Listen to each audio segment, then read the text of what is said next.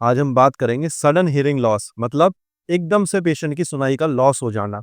यह आजकल बहुत कॉमनली देखा जा रहा है। यूजुअली यह एक कान में होता है, बट कुछ मरीजों में दोनों कान में भी हो जाता है। ये ईएनटी डॉक्टर्स के लिए एक इमरजेंसी प्रोसीजर है या इमरजेंसी बीमारी है।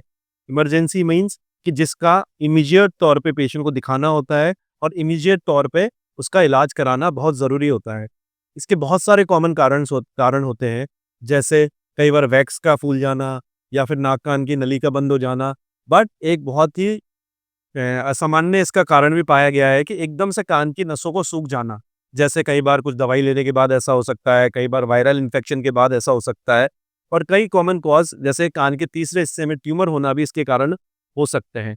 इसमें पेशेंट को सुनाई जाने के साथ-साथ चक्कर आने की समस्या हो सकती है, आवाज़ें आने की समस्या हो सकती है।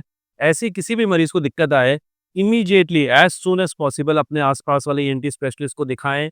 वो आपके कान का एग्ज़ामिनेशन करेगा, उसके कारण का पता लगाएगा, क्योंकि कई बार ये देखा गया है, अगर उसके नसों में रुकावट आई है या नसों की वजह से उसका लॉस हुआ है, तो 24 से 72 घंटे के अंदर-अंदर उसका इलाज कराना बहुत ज़रूरी होता है। हम ऐसे मरीज़ों में कान में कई बार इंट्राटिम्पैनिक स्टेरॉइड के इंजेक्शन लगाए जाते हैं, और आजकल नया ट्रीटमेंट आया है हाइपरबैरिक ऑक्सीजन थेरेपी। ये भी शुरुआती कुछ दिनों में ही कारगर रहती है।